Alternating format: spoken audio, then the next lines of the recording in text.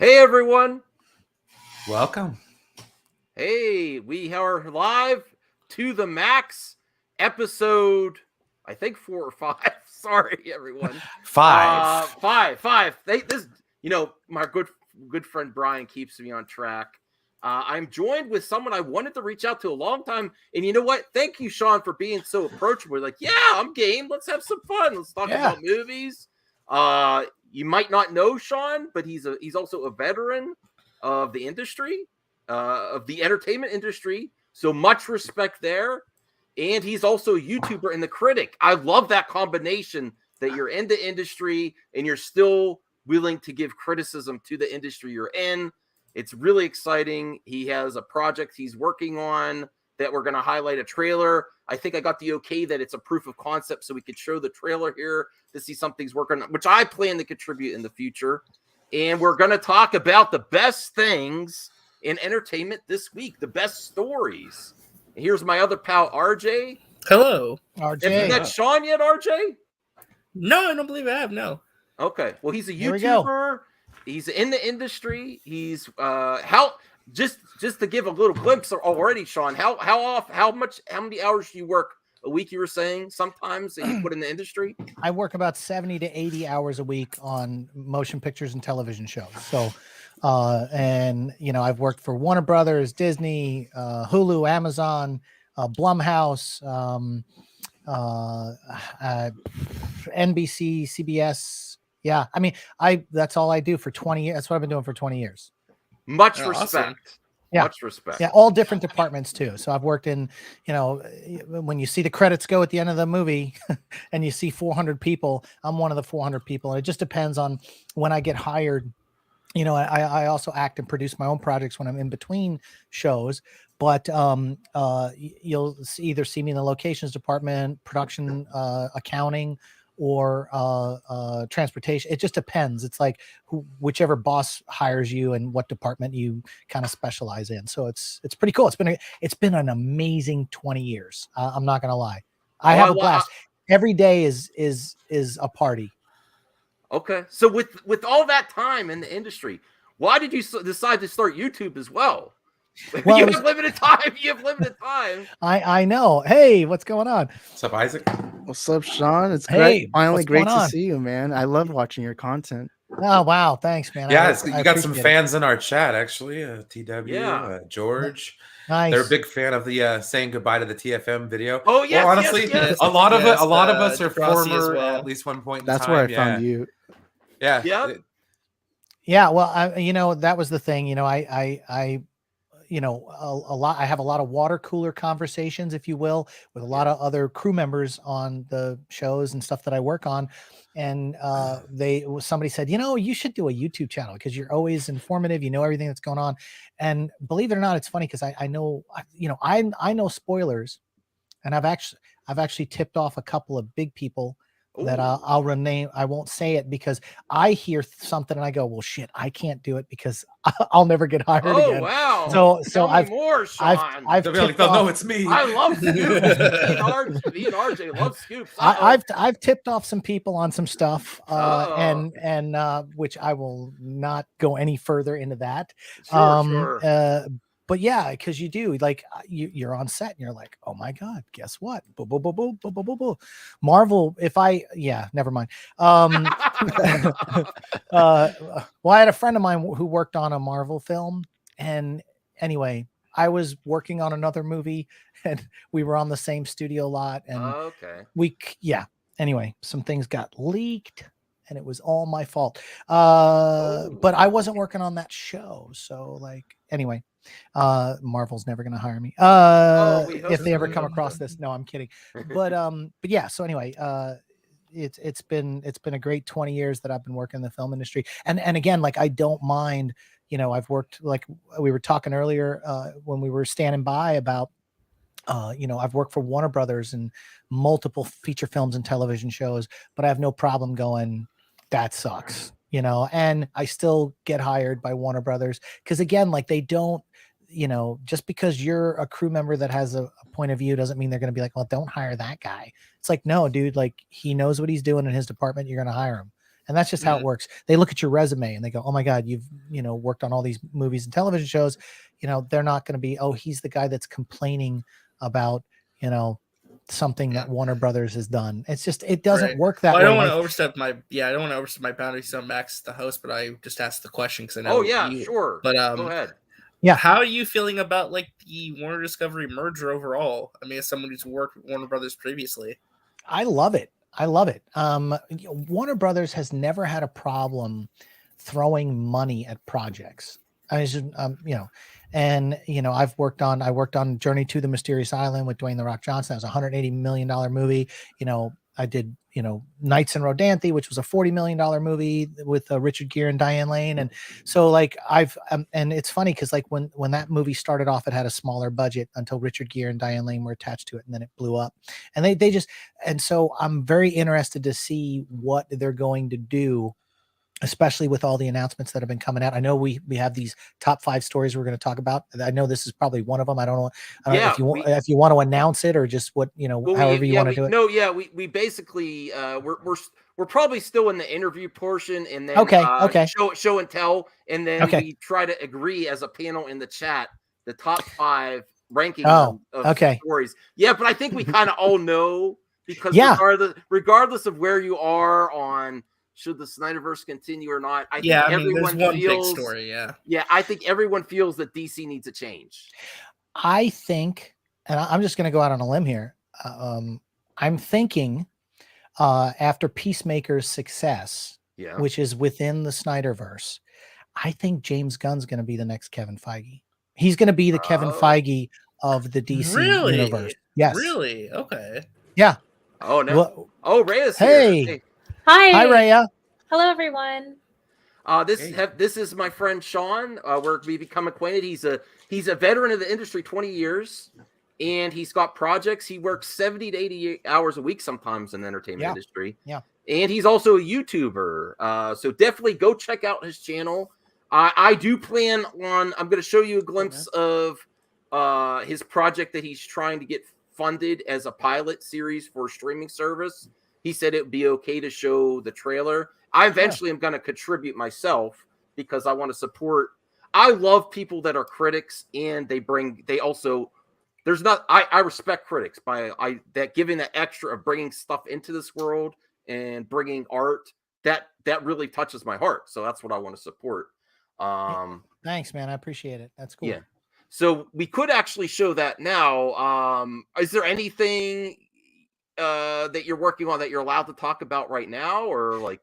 I start a Kevin Bacon film in like 2 or 3 weeks. And then when I finish that, I'm going on to another, I did an Amazon series last summer called The Summer I Turned Pretty. It's Jennifer Hahn is a young adult novelist, and she's had a show on Netflix. And I worked on season 1. It hasn't even dropped yet on Amazon, but they greenlit 3 seasons. So because it's based on 3 novels. So each novel takes place over a full season. So when I finish this Kevin Bacon thing, then I roll into another season of The Summer I Turned Pretty, and that'll take me to like October. And then who knows what I'll be doing after that. Mm-hmm. Yes, Hans, I respect you so much, Hans. I do respect critics. Well, just real quick, I just wanted to ask real quick too. This might be a dumb question, but I know you said you worked for like multiple departments. I mean, is that like visual effects, editing? What are some of the departments you worked in? I've worked in accounting. So I have I work for Blumhouse on a movie called Jezebel. It's a $4 million film, and I worked in accounting on that.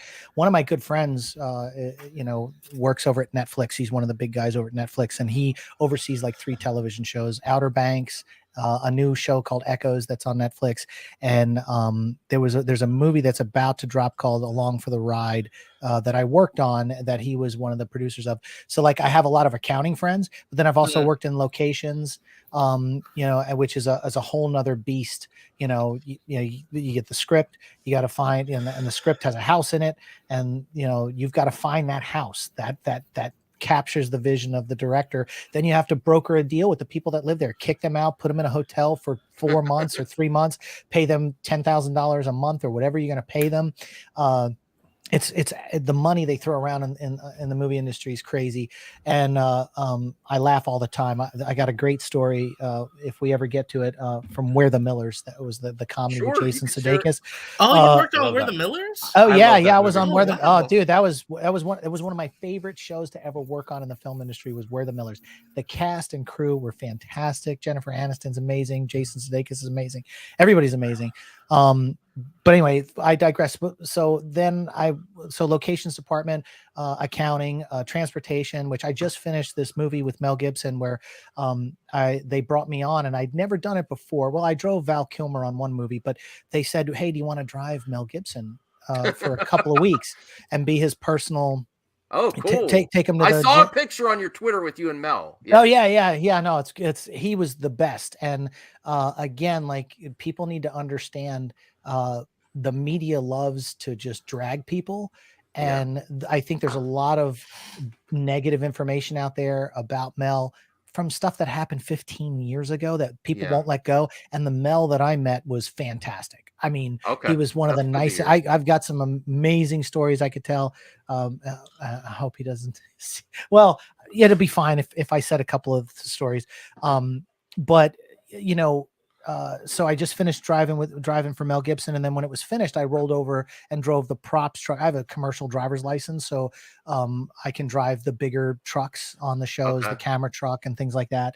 And the camera truck's always cool because that always has about $500,000 worth of equipment in it. The cameras, the lenses, one lens is like $40,000. So you're literally if you crash that truck or you do anything wrong, that's the whole movie. You're driving the whole movie, all the film, the footage, the digital, all the digital files, everything is it's all my responsibility in the end to get it to the church on time. So, transportation department, and then the production. I worked in the production office for quite a few years, and that's a very interesting job. It's when I first started off working with all of the, in the beginning during prep, and then all the way through. But in the beginning during prep, you get to interact with everyone, directors, producers, the whole 9 yards, and you get to really understand the business.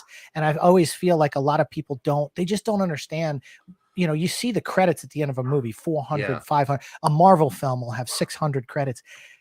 All these people are putting their hard work, blood, sweat, and tears into these projects. And that's why when I criticize a movie, a lot of times I'll preface it by saying, hey, like, the script may have sucked, but that's not the set decorator's fault or the visual effects guy or the special effects. These guys are guys, they're blue collar workers. They're coming in, they're making a great living, and they're busting their ass, and they're giving their 150% work every day. And anyway, I'm part of that team, if you will, other than, when I produce my own projects, and everything I've learned over the last 20 years has gotten me better and better at producing my own projects in between shows. So I'll work on a TV series for 6 months. And then when that wraps, I'll do a feature film. That's usually like, 2 weeks of prep, 30 days of filming, 2 weeks of wrap after that. And then you're finished, you're moving on. And it's literally like I'm a private contractor. So it's one movie and television show after another. Boom, boom, boom, boom, boom, boom, boom. It's wild. I've worked for so many companies in the last 20 years. I couldn't get a regular job now because if I had to list all jobs, and then like I worked for one company for 6 months, another company for 90 days, another company for, I did 3 seasons of Under the Dome for CBS. So that was like 3 years. But in between that, I did other shows and projects. So like regular jobs, they're like, dude, you've had like 50 employers in the last 20 years. I can't hire you. That's how they look at it. So like, we're like gypsies. We just keep moving from movie to project. And it's a crazy life. Okay, cool. All right, you got to shut me up because I'll ramble. No, you're making this easier. We love it. We love it, Shaun. Quite all right. You've been waiting.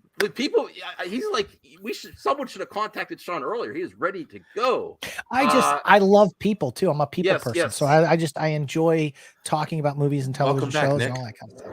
Hey, Nick, thanks for coming back, man. I'm glad to have you back. Now we try to keep this show on the positive, but being a person in the industry, how does it impact you seeing a lot of not even a specific group, so much negativity towards the industry? Like there's a lot of consensus out, like Hollywood's villainous. You said all these great people giving everything look at you. You're doing so many things to get your side projects done. You do not just one thing in the industry. how hard you put your life in there, the amount of hours you spend dedicated to the industry, and to hear people potentially be dismissive. How does it, being someone industry, how do you feel about online perceptions of the industry? I think the biggest problem with online perception is they just don't get it. They don't understand how it all works. So, again, like I go back to Kathleen Kennedy. I think she's one of the greatest producers that have ever walked this earth. Okay. A lot of people will disagree with that. I would say she produced our childhood. So like she literally produced everyone's childhood. Yes, like Back to the Future, Indiana Jones. I mean, you go all the way back. And she wasn't just a lady that took the coffee to Steven Spielberg either, which I saw a lot. Like she did way more. That's really disrespectful to say that. Yeah, no, it is. Well, and her and Frank Marsh are like instrumental in a lot of movies, so it's like, yeah, you can't diminish her. Absolutely. I think one of my, and I'm not going to toot my own horn, but I worked on an NBC project that was executive produced by Amblin Entertainment. So like, I was like, this is Spielberg's company. So my payroll check, it's like, oh, hey, I've worked for Amblin Entertainment. This is so cool. Cause I mean, that's my childhood, E.T., it's everything. But yeah, so I think the perception out there, especially like what's been going on with COVID, like people have no idea how bad it's been to make movies and television shows through COVID.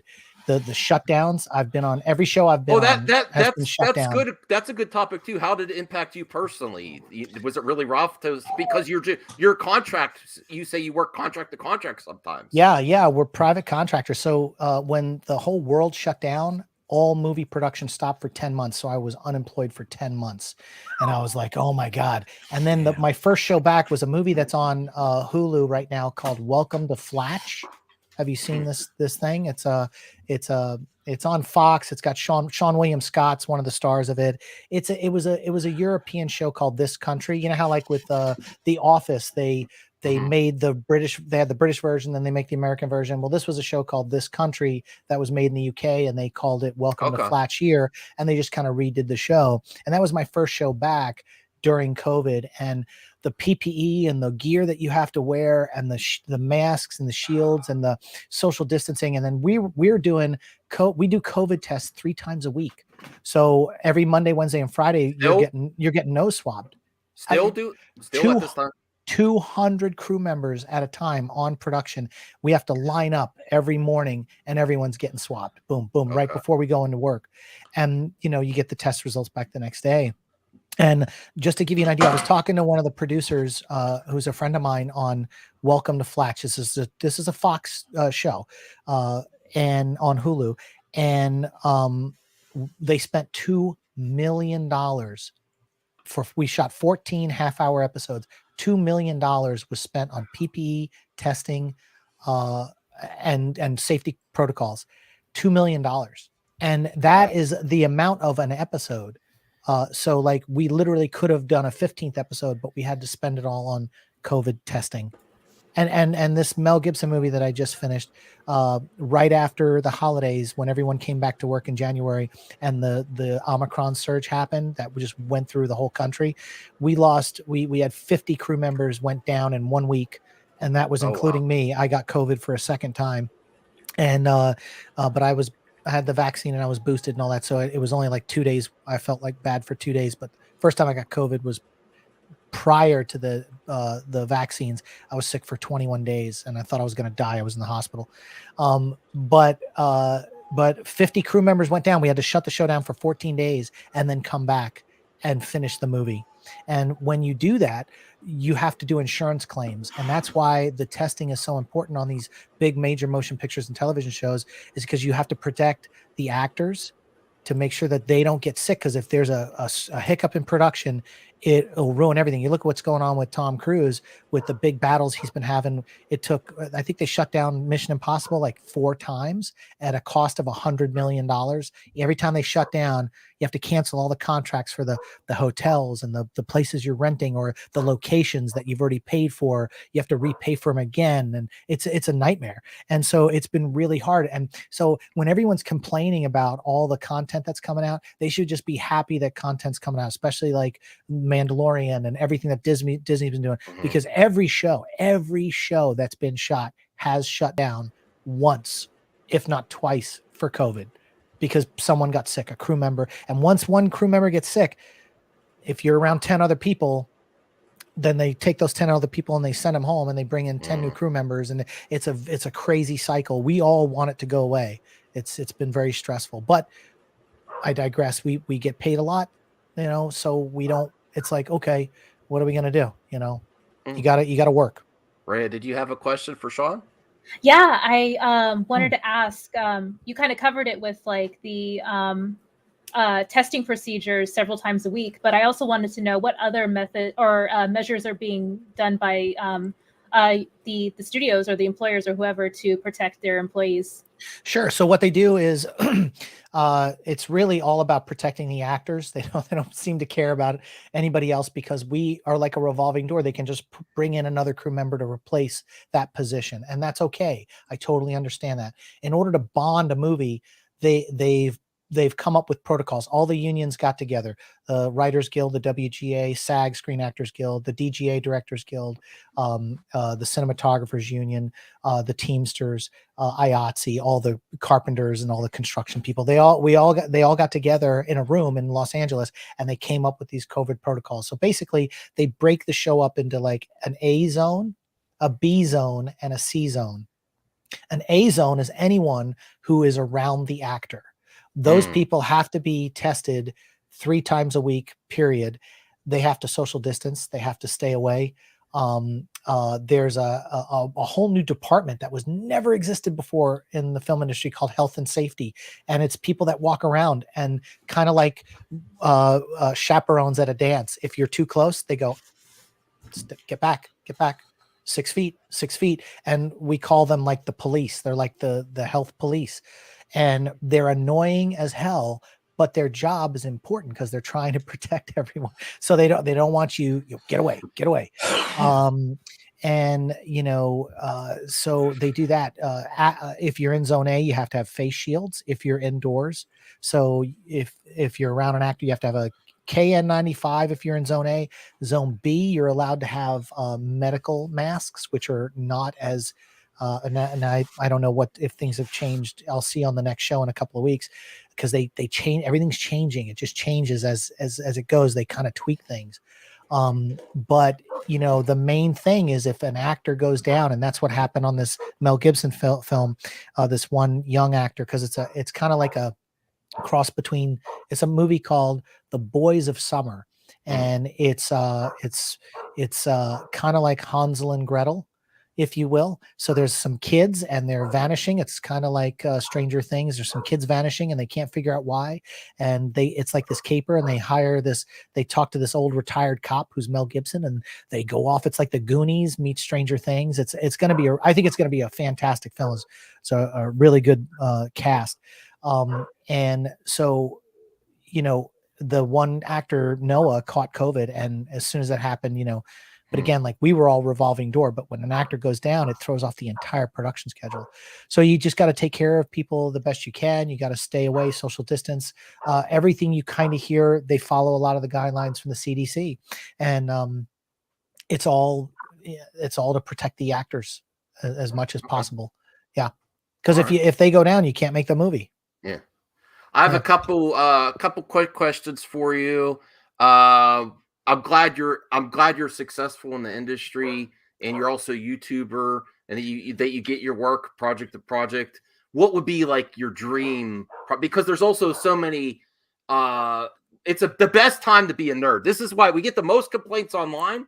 But there are so many projects right now that if you're a lifelong nerd, Marvel, what would be your dream project to be part of? Star Wars, maybe an MCU show.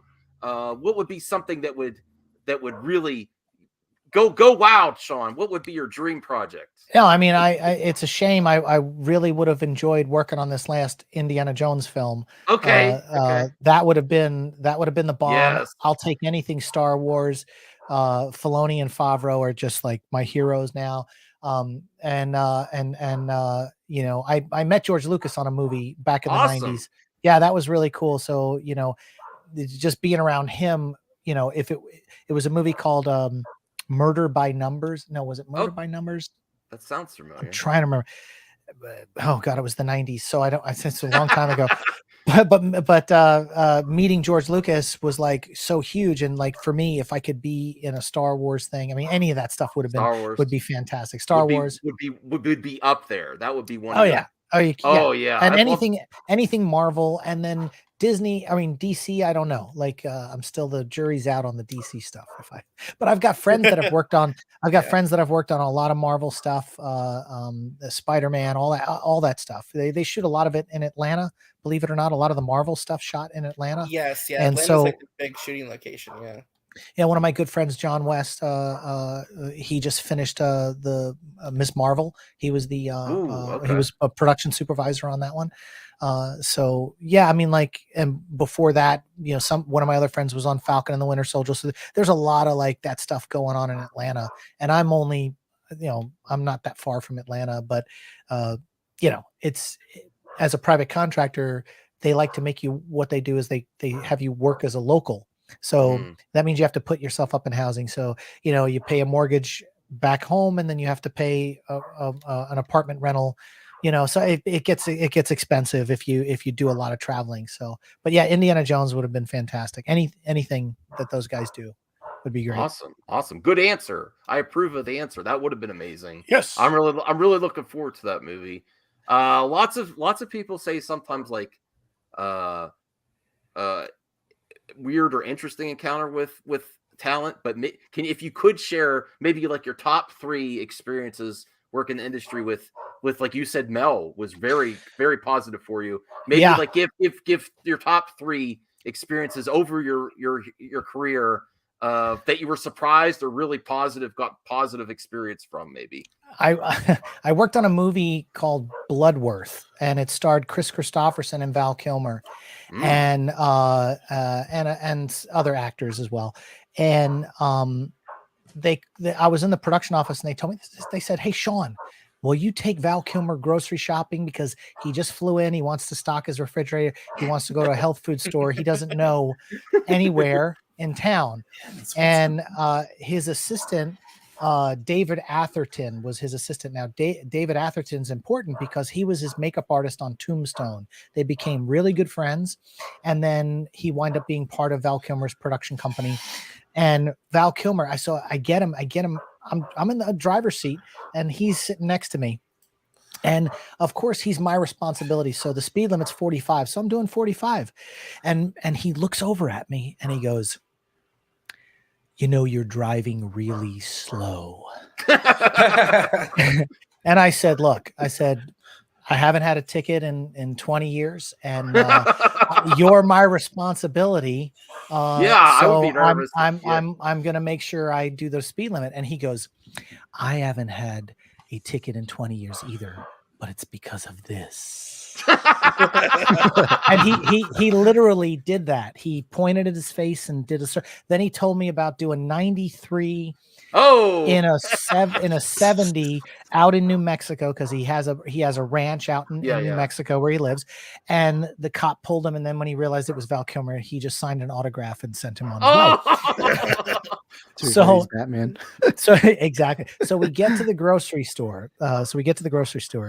And it's a health food store, and this is the time where Val, remember when he went through the little fat stage, he started putting on weight, and you know, he would like, I'm still in that stage, by the way. Okay. I think we all yo-yo a little bit. Yeah. So Val wasn't really, he didn't look like Iceman, you know what I mean? Mm-hmm. And he's at the grocery, this girl's ringing up the food. And she's got to be 16 years old at the time. She's like first job kind of thing. And he liked to poke people in a way that like would trigger a response. So he would say, he looked at this girl and he goes, "You don't really work here, do you?" And she's like ringing up his groceries. And he goes, "You're pushing all these buttons, but you don't really work here." And she's just, and I'm behind Val going, and then we get back to, we go over to a dry cleaners to drop off. He had these plaid shirts, but with these pearl buttons, snap buttons, and they were designer. These shirts were expensive, a couple $1,000. So we go to this place to get them dry cleaned, and this little old woman's behind the counter, doesn't know who Val Kilmer is. And she's writing down the ticket, and she says, what name do we have to put this under, son? And he goes, Doc Holliday. I kid you not. I kid you not. I kid you not.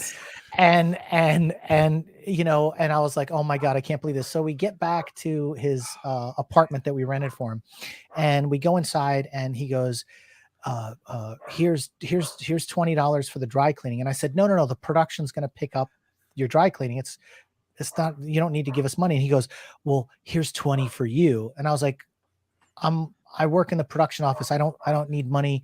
You know, I'm not a bellhop, you know? And he was like, I don't like you. And I looked at him and I was like, no, you like me. And he goes, yeah, I like you. And so it's like, just total, like, it's like he just liked to mess with people. And that, so yeah, Val Kilmer was just an experience. So if you ever have a chance to run it, I mean, now it's a little different because he's had some health issues, and you know, he has the trach now and he doesn't speak right. But in his prime, and when I met him, Val was very entertaining. Let's just say Val Kilmer's entertaining. And let's see if you know. Was this during his Island of Dr. Moreau phase? No. It could. Well, no. I love the story behind that. The thing is, he's always been weird like that. I mean, even if you watch that documentary, Val, it kind of explained a lot of like how he just liked to. Great documentary, by the way. Amazing. It's an amazing documentary, and you know, it's funny because you know it kind of made me realize some things, you know, when I didn't know that his brother drowned in a pool, the whirlpool at their house, the jacuzzi, you know, it explains things when you have lost that young, you know, like that you just, you're both paddles just aren't in the water, if you will, you know what I mean? In a nice, I'm not trying to be negative. I'm just saying like it changes you as a human being.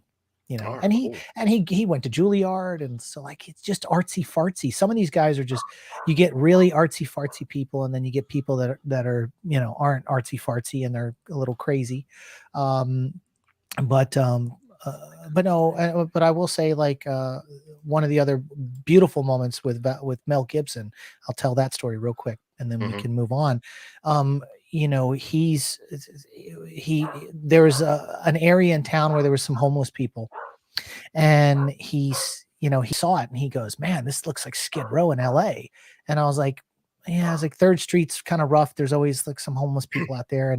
And he goes, his assistant was in the back seat. He's sitting next to me, and he just says, find me a homeless shelter to donate some money to. He's like, they need help around here. Find a shelter. And so they found a shelter, and he donated money to. And what people don't realize about Mel is for 40 years, he's had a foundation that helps children overseas get surgeries that they may not be able, life-saving surgeries and corrective surgeries like cleft lip surgeries on kids in third world countries. He's been doing things outside of Hollywood for decades, but people just want to, you know, go nuts about a DUI he had 15 years ago, you know, or if he flew off the handle on his, you know, on his ex-wife or something. Like they take these things and they want the dirt because this stuff isn't, you know, isn't interesting. And I remember we were going to set one day, and I can tell this story, and he's reading the script, going to set first thing in the morning. So he's learning his lines, and then he gets a phone call, and he's talking with someone that's with some sort of aid group in Syria, because since they've had conflict there, they're starting to rape. He said it. They're raping and murdering women and children in Syria, and he's helping people get them out and rescue them. And I'm just going, but as soon as you put on, you know, Twitter, and anyone mentions Mel Gibson, they're just I do have to say at that moment it was horrendous, but people, you know, he obviously is doing other things. We don't know all about him. We shouldn't judge him. Yeah. We can't judge him based on that. that was definitely not a good look, though. And I'm not here to defend the bad parts. Right, what I'm saying is there's more to him. There's more to him, and people just want to latch onto this one thing or two things. Or what do you want him to do? He has to move on. He has to move on his life. So yeah. I just feel like the good really, really, really outweighs the negative. No, that's great. That's great to hear these experiences you've had personally with him recently. This is even recent to hear that there's a lot more that we don't know about the person. And then also, I love the way you reveal, like, people. These are people. People make mistakes. People. I really enjoyed what you said about, because he's very talented too. Oh yeah, he's amazing. He's amazing, and working on that set and seeing him work with the kids, the way he worked with the kids. Some of the kids were a little new, and he could tell, and but he worked with them. And when you've got an Oscar-winning director on set, if he's giving little notes to the kids, you let him do it. But no, I mean, I think again, I that's where I feel like even this thing, the drama right now with Johnny Depp and all, I mean, it's just like, man, you know how many people get divorced in this country? You know how many people? Yeah, you really don't want an eyeglass or under a microscope anyone's relationship, especially when it's over. It's over, and everybody talks smack about this person, and he did that or she did that, and he threw a bottle across a room or whatever. And I just feel like again, like we live in a world with 24-hour news cycles, and all they want to do is get a headline and get eyeballs to click on this, which is a lot of the fundamentist grifters that just keep recycling the same kind of themes and being negative. And anyway, I digress. Well, I do also want to give our viewers to the max here. We're trying something different on this week's episode.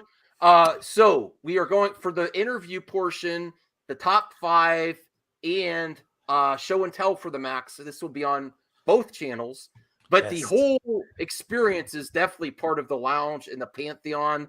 So halfway through, I'm going to end the stream only on my channel. Everyone heads over to the lounge. There's no gaps. We just continue the party there. It's an after party. We have games, all kinds of stuff. I don't know how much Shaun has tonight, but I think he's definitely here for the interview in the top 5 portion and the show. I'm game for whatever, man. So that's basic. Think about, you get the whole experience on the lounge and the Pantheon. And honestly, props to Enosh, because my friend, I got comfortable with my channel doing one thing. And then he really challenged me to create a new show. And it's without Enosh, I wouldn't. This is really passionate to me. This is one of the most important shows I do now, is because it really focuses on, it goes through the junk, because guess what? Algorithms don't give you the good news. You have to search out the good news. Yeah. Algorithms give you what you want and can potentially make you angry and addicted. You have to search out the good news. And guess what? There is a lot of good out in this world. There's a lot of good out in this entertainment. You have to search for it, and you have to support it. That's why you should smash the like button for positive content. Yes, I'm putting the link to the Point Extra Lounge portion of the stream in the Mad Max chat. So if y'all want to click on that to continue the stream, that's where we'll be over there. Oh, well, yeah. Put it in the comment section too, because I don't know if Jeffrey knows the lounge yet. And this is another benefit of doing a multi-stream to try this experiment out. We're giving it a shot, see if it works out good. Definitely. But now let's watch your trailer for a project that you're really working hard on.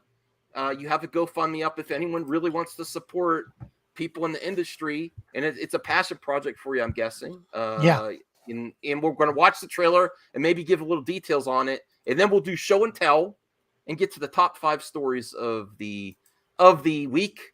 And then if anyone on the panel or in the chat has some additional questions for Shaun, I'm sure he'd be happy to answer. If you want to think about questions, RJ, Isaac, Rhea, if you have anything else, or the chat, if you happen to have it. So let me play this trailer here, and you can tell us what you're doing with this project. So, how long you been a cop? 13 years, 6 is the take.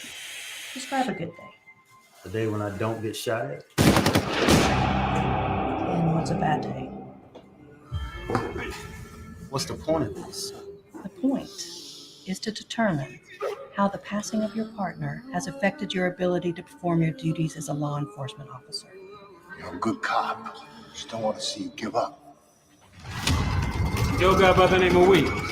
He likes to hang out in parking lots with you. You know why I didn't tell you? Because I don't tell my secrets. Unlike you, I didn't even have to ask.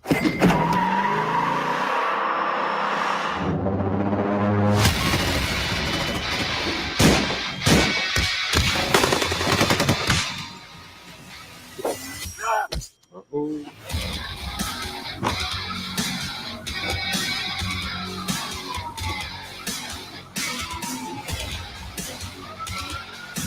Oh yeah. That looks great. Oh yeah. Yeah, thank you. That looks like a lot of fun. And if you're interested, let me share the GoFundMe. Let me see here, and then you could tell us about. Oh, I forgot to. I'll have to share this part. Hold on. I'm a little slow. Okay. Here is the GoFundMe. If anyone's interested in, doesn't have to be a lot. If you are, this isn't why he came on tonight. He didn't even know I was going to do this. Yeah, so, no, and you know what I mean. If people don't want to donate, but they want to share the link on social media on Twitter and tag it, that's worth its weight in gold because you never know who might see it, who gets hooked on it. So if you can't donate, that's fine. All right. So I produced the first streaming show in the history of streaming. It was a show called Port City PD. It was a cop show. It came out in 2006, before YouTube existed. And we were on iTunes and everything. We had about 4 million downloads. This was before any of this stuff that they do now. And then what happened was YouTube was invented 7 or 8 months later, but I had an exclusive contract with a former MTV VJ named Adam Curry, who had his own network called The Pod Show. So I couldn't move it over to YouTube. And it stayed on Pod Show while YouTube took off. I had a 5-year contract, so I couldn't do anything with it for 5 years. So, and in that 5-year gap, the world just changed.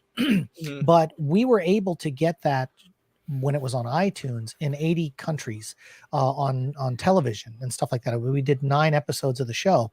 And, so this is a reboot of something I did years ago that I'm trying to capture lightning in a bottle twice. And then that's the thing, because I was, in the industry, you're either too early or you're too late with a concept. And we were too early, because if we had held on for 7 months before we started, putting it out there into the lexicon, YouTube would have existed and it would have taken off anyway, but so I digress. So this is a show, it's a streaming show. We've written the pilot.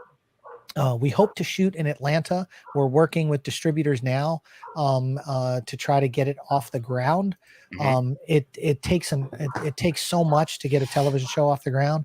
And so what we're doing now is we're shooting scenes when I'm in between shows to try to piece together what you call a sizzle reel, 5 or 10 minutes worth of footage to show people.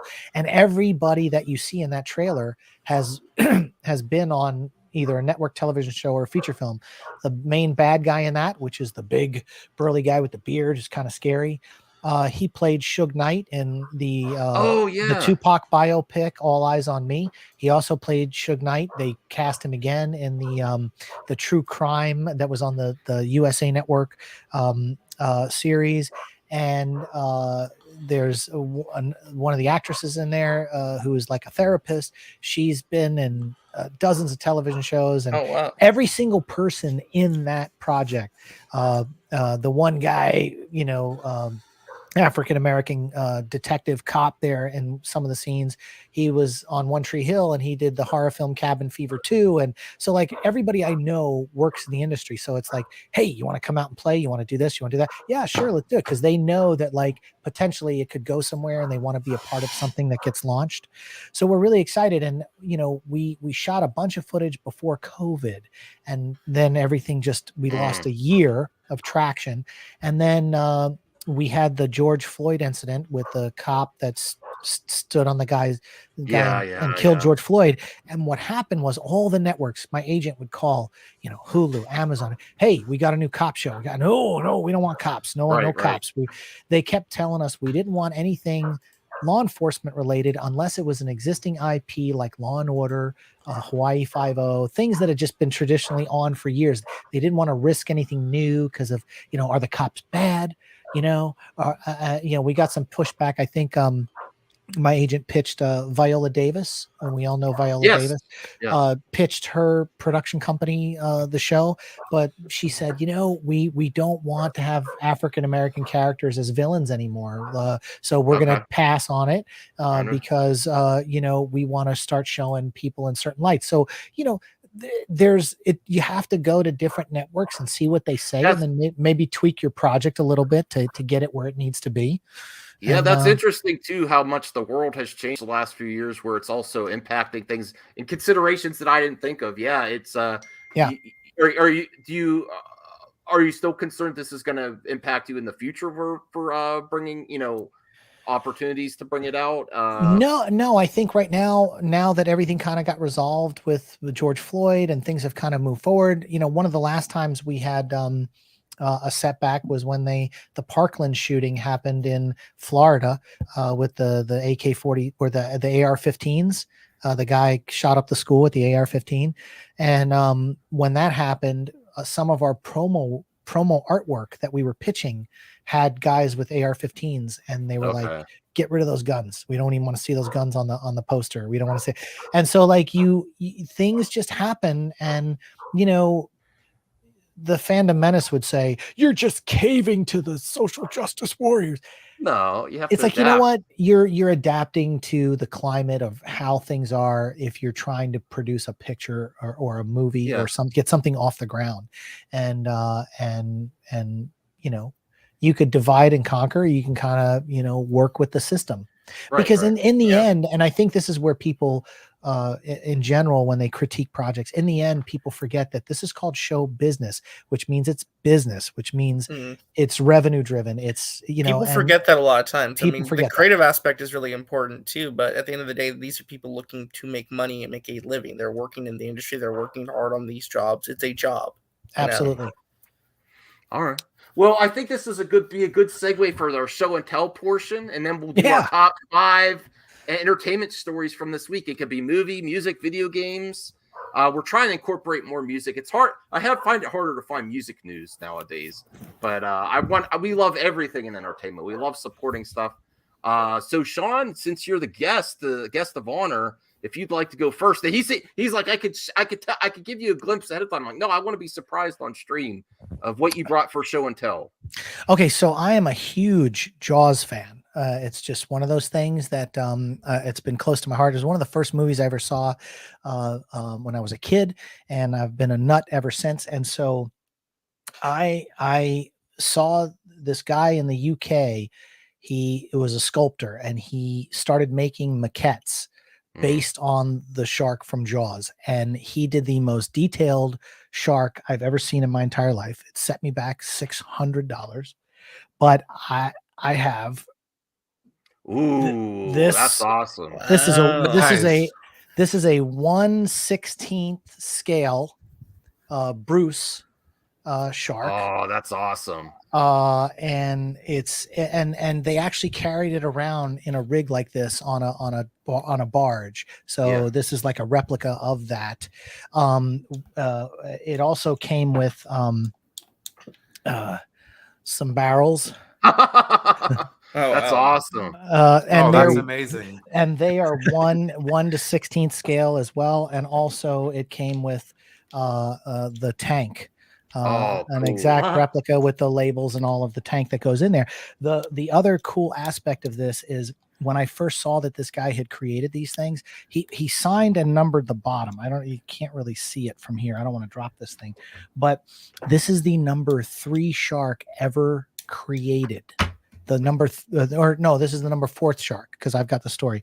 The 3rd shark that ever was created that is sitting in someone's office is Greg Nicotero, who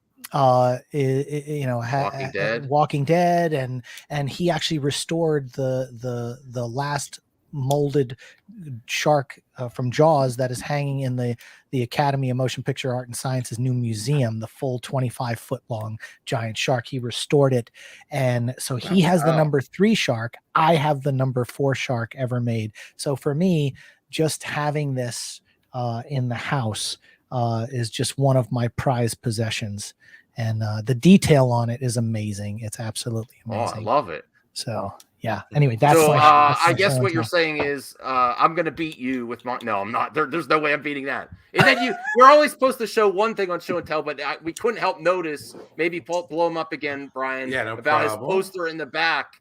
Is that signed poster, Jaws? That it is you can see up at the top. Susan Baclini, who played Chrissy Watkins, signed it here.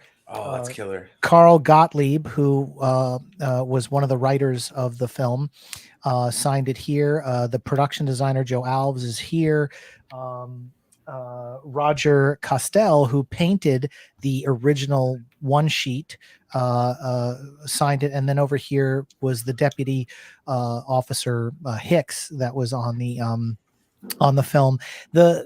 I just happened to get them at one of the conventions, but of course Robert Shaw passed away and Roy Scheider passed away in 2008, and so the only other person is Richard Dreyfuss and Spielberg, and it's really hard to get to those two. But the other thing is I framed the poster, and it's an original re-release sheet from 1975 because it came out in June, and the movie but here's the kicker: they all signed it to Shaun. And when I was at the con and I laid it out and I said, I want you to write to Shaun. And they said, you do realize the minute we write to Shaun, this is worthless. If we just put our names on it, you could always resell it. Okay. And I said, I will die with this, and I don't care what happens after I'm dead with this poster. So I want you to sign it to Shaun. And they loved it. They were like, hell yeah. So, cool. It's just one of those things. Anyway, that's that poster there. Awesome. I've got a great story. You said I don't want to. No! You're a special guest. You get carte blanche. Go ahead. Right, I'll give one more. Okay, this is an adventure built hat. Oh, hello. Okay, awesome. So the story behind this hat is this was a $500 hat. It's the same materials and everything used, and the same block that was used to do Indiana Jones and the Kingdom of the Crystal Skull. This is what you call a clone hat. Nice. And Steve Delk, who did all 35 hats for Indiana Jones and the Crystal Skull, partnered up with John Penman. This is a Penman adventure built hat, and it's a clone of the ones from the movies, because the same material, same everything, except when they bashed it, I wanted it to look like Raiders and not The Last Crusade. So this looks like the Raiders hat. So this is like if I walked on set tomorrow. Can we see it on you? Oh yeah. All right. Looks nice, Shaun. Belongs in a museum. So do you. It's awesome. So those are my two prized possessions: is the hat and Jaws. That's amazing. Yeah, that's awesome. There you go. Wow, you came to play during. Well, this it's game. just it also. It's not a competition, but it's not a competition. But it also looks fun. It looks fun behind me. Yes, it does. So I will show my show and tell. I love vinyl records. Oh, that's awesome! I do too. I've got a whole bunch of them over here. Just 1 second, Max. Now I do have some signed vinyl records, but this one is a gift from my sister. And it still has the coupon. Yeah, Rogue One. Oh, that's awesome. It's great. It's great to have a soundtrack. Look, John Williams is the GOAT, right? But it's great to get another. Rogue One was a great Michael moment. Giacchino did fantastic in that movie. Absolutely. So I didn't even play this yet. I got to play this. I still have a record player. My sister's a shopper. I don't pull that against her. No, 25% off is 25% off, Barnes and Nobles. So this is going to wanting me. I was like, what can I talk about today? I love music, love vinyl records. And it's great that there's a movie that's Star Wars that's not just John Williams with a great soundtrack. And I own it on vinyl. And that moment seeing Rogue One, I was super hyped for Rogue One. I was like, there's something new. When Rogue One came out, it was Star Wars, and it wasn't just the trilogy. It was something different, something new. And I am disappointed that they didn't continue the Star Wars story movies after Solo. Yeah, but I love this movie, and I think it makes the OG trilogy better. It doesn't take anything away from me. No, and if I could jump in here, I will say that I think Rogue One is the best Disney Star Wars film that they've created, hands down. I mean, all of them are good, but Rogue One just is amazing. And the fact that they took one paragraph out of the original crawl and made an entire feature film with it and intertwined, characters from the Clone Wars and all that kind of stuff. And come on, the end scene with Darth Vader, I mean, it was worth it for just that. Yes. Does anyone else have anything to show for show and tell today? Yes. Why, yes, I do. All right, let's go. There we go. Okay, so I probably showed this at least once before. This is my Oregon tin. I purchased it when I was in Oregon, of all places. Now it's a reminder of my first plane flight. It's back when I was in high school. Ooh. That's how long I've had it. Wow. So within it is a lot of tickets, like cool. To everything I ever went to. So let's see here. Awesome. Yeah, I wish I had some. This is Star Wars episode shit. Episode shit. That wasn't a good one. So this is my ticket to one of the prequels. I think it's Star Wars Episode 2. Yes. Because I saw Episode 3. Do you still add to it now, or do you? I was going to say that it's been a while. Yeah, that ticket says May 16th. So that Attack of the Clones came out May 16th, I believe. Yeah. So that was back when we all still stood in line. Yep. To get the so tickets. This is the original Shrek movie. Wow. Yo. Here's my Sonic episode 1 there. ticket. My episode 1 ticket. Yeah. There it is, right there. Episode That's 1. golden Okay. right there. Let's see here. And then I got a lot of baseball tickets. So like my first football game. Oh, here we go. My first IMAX. This was Star Wars Attack of the Clones. Nice. Oh, okay. That's Sacramento back in 2003. Because I used to live in Sac, so there's a lot of Northern California stuff. State fair ticket, youth convention. My first ever set of plane tickets. They're faded though. Where'd you go? I flew from Reno, Nevada, where I'm currently at, to Portland, Oregon. Okay. Yeah, that's when I got my stuff. Oh, this is the first Giants game I went to it was called Pac Bell Park at the time, or Pacific Bell Park. That's a piece of history. They've changed that a bunch of times. I got my Muni ticket, A's Giants. Okay, I just wanted to show one more kind of a special one, the special set, anyways. So there was a movie. I got tickets to Bruce Almighty. Wow. Oh, hey, that was a good movie. So Lord of the Rings. There we go. So I did see that in theaters. One of my favorites. This is the last year that the Giants played at Candlestick Park. Giants versus the Dodgers. I'm a 49er fan, so I love Candlestick Park. I have yes, I have one of those as well. This is back when Jeff Garcia was the quarterback in 2001. Yeah, nice. Okay, I got that right. Boom. Those are the Moneyball A's. I was going to show that off too, but it'll be the last thing I show off. I promise. Where the heck is it? It had Derek Deese on the ticket. Wow. Oh, here it is, right there. It's on top. This is nice. 2001. This was the game that was the away version of this game was postponed by 9/11. Wow. Yeah. But yeah, 2001, November 11th, 2001, 3Com Park, because that's what it was called at the time. But yeah, dude, Derek Deese was one of the I'm so jealous right now. Kick-ass 49ers. But there was a movie called Moneyball, okay? Yeah. And it dealt with the 2002 Oakland A's. Yeah. Their AAA team played in Sacramento at the time. It was the Sacramento River Cats. And I got to watch. Here's one ticket. This is a season ticket. My godfather had season tickets, so we got to see every third game. So I went to like 30 games that that season. That's When all priceless, those man. players were either like rehabbing in the minors for injuries or they were training to become A's.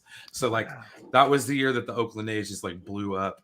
And then there's one more, and that's kind of a little cool one. And it also has something to do with Easter. Okay, so this is a ticket from Stade des Olympiques in Montreal. Okay, Olympic Stadium. I got to see the Montreal Expos play. Awesome. Back when they were still in Montreal. This ticket was $8 Canadian, which is more expensive than the $11 American for a AAA game. Wow. There was nobody there. There was actually more people at a River Cats game than there was at an Expos game. But the reason why I went to Montreal was to see Pope John Paul II for World Youth Day. So a little bit kind of Easter stuff, but yeah, that's great, man. Wow, that's some serious memories all in that one little tin. Oh my god. Yeah, I'm just like, dude, this is like so epic. It's like there's always something cool to show out of it, especially like old movie tickets. Because like there was a period there. I think I still have my ticket from some Something About Mary. I was like, dude, I saw all those movies back in the day, so it was great.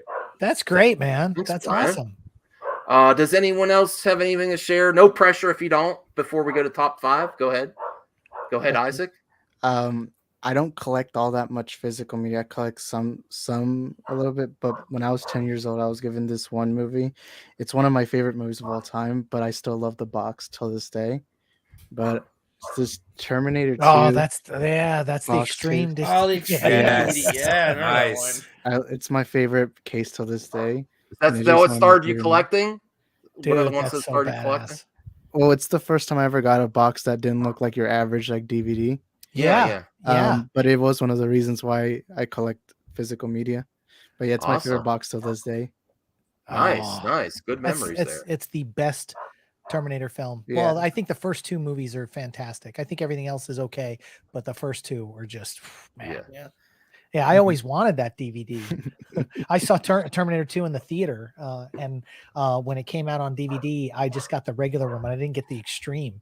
Isn't that the one that had the bonus stuff with the mirror imaged where they used Linda Hamilton's twin sister in the mirror when they reset his chip? Mm-hmm. I think that's that DVD. Oh, okay. Yeah, like the behind the scenes. Yeah, it was great. Oh my god. Yeah.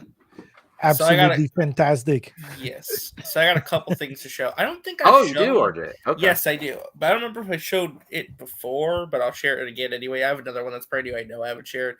So this is a 10-inch Batman Funko Pop. It's huge. 10 inches. God, I can't wait till Monday. I was so watching that movie. Yes. I had no idea they made them that big. Yeah, it's on the back here. I showed you guys the other one I got, that penguin one that's like the rare variant. There's also this one. It's Grogu. Nice. I like that one. And he's on the altar. Yeah, he's on the altar, yeah. Oh, yeah. That's great. I got a couple of them. I think I showed this one before too. It's the Luke one with Grogu. Nice. Yeah, I have that one, but mini right here. Dude. Oh, that's so awesome. Yeah. I got an Ahsoka on my shelf too. I have to show that another time, but I do have an Ahsoka. So I'm trying to get more of the Star Wars black figure. There's so. yeah. Isaac's got one too. Okay. I think the Black series is great, man. No pressure. I know you've done show and tell before, Ray. I don't know. Do you have something to show this time or? I guess I can show my latest physical media pickup for my Nintendo Switch collection. Yes. So I love collecting physical media for Nintendo Switch. It's the first console that I got at release and was really committed to get all my favorite games on physical release as often as I could. So this game is a Japanese role-playing game called Triangle Strategy. It's from Square Enix, really prolific role-playing game producing company, and I'm enjoying the game so far. I'm almost 10 hours in. I was able to play the demo for free for about 9 hours of content for free, and then transfer my save state to the physical game once it arrived. So I'm really happy with this purchase. I will be playing it when I get off air. Awesome. Nice. I didn't know that about you, Ray. That was your first console that you got at launch.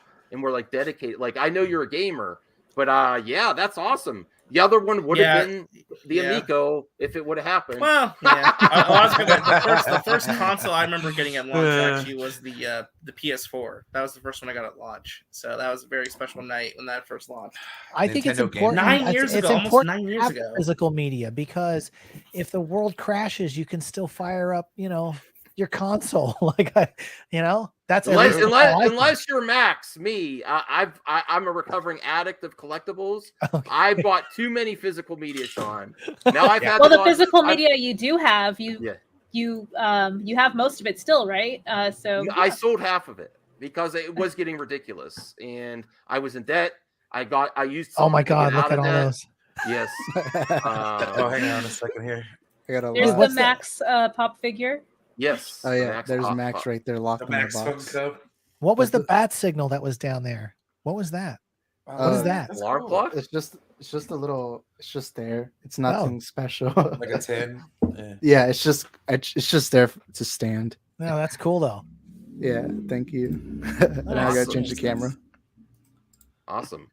So now we're gonna get to the top 5, but that intrigued me though. Like the first console I bought at launch, that would be a good quick question to go since it just came up. Since Rhea brought that up, my first console I bought at launch, I think, was the Dreamcast, and I loved it. Wow. I sold my N64, half my N64 collection though, traded it in to get it because at that time I was still living with my parents, and the launch consoles were not a thing. Like I had to sell half to get it.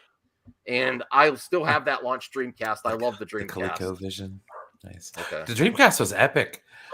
Mine was the GameCube. That's the collection that's the most untouched of mine. I only sold 2 games from it, and I regret the games I sold. Dude, from what I understand... Wait, real quick, though. What games did you sell from your Dreamcast? There was one called Tech Romancer that was like a Capcom beat-em-up with robots, very Japanese. And there was one other one. I can't think of the other one I sold. Because the Dreamcast, that was the start of the Sonic Adventure games, actually. Yeah, I don't have Sonic 2 on it because I bought it on GameCube. I have Sonic 1. And then the one, I can't think of the other one. I can't think of the other one right now. But I most of my Dreamcast collection's untouched from launch, and I used to go to GameStop. Not when it was GameStop, it was called Funcoland, and pre-order everything right away. Like I got all the games right away, and that's the only time I ever got like that many new games. I really supported the Dreamcast. So this is I'll just say real quick. I turned 47 next week. Mm-hmm. My first game console was the ColecoVision, and then the second was the Atari 2600. So nice. Awesome. If that dates me, I do not have them anymore. Oh my God, I have no idea where they went over time. Well, you might not have time. Are you still interested in gaming, or are you just not? I don't have time. I have a 2.5-year-old, and okay. And so between her and the wife and everything, it would just suck up too much time. I do have we'll go over to friends' houses, and sometimes I'll watch, Battlefront or something. And to me, like, it's like watching a movie. I watch them play, and they just do such a great job. It's like watching a cinematic, experience on their 65-inch TV. And I just sit back. Okay. All right. I don't know anything about the, and then just watch them do it. And to me, it's just as entertaining. Okay. Well, now we got to get to the top 5, unless anyone else has a launch story. RJ, I know you're a video game collector. What was your first launch console that you bought without help from your parents or anything? Like I said, it was the PS4. The PS4 was the first one. Yeah, I mean, I had like a GameCube and PS2, but I was never the one who bought it, and I don't think I ever got them at the launch. Right. PS3, same thing. So, all right, cool. Isaac, do you have any console that you bought at launch? No, never. In fact, I didn't get a PS4 till 2018.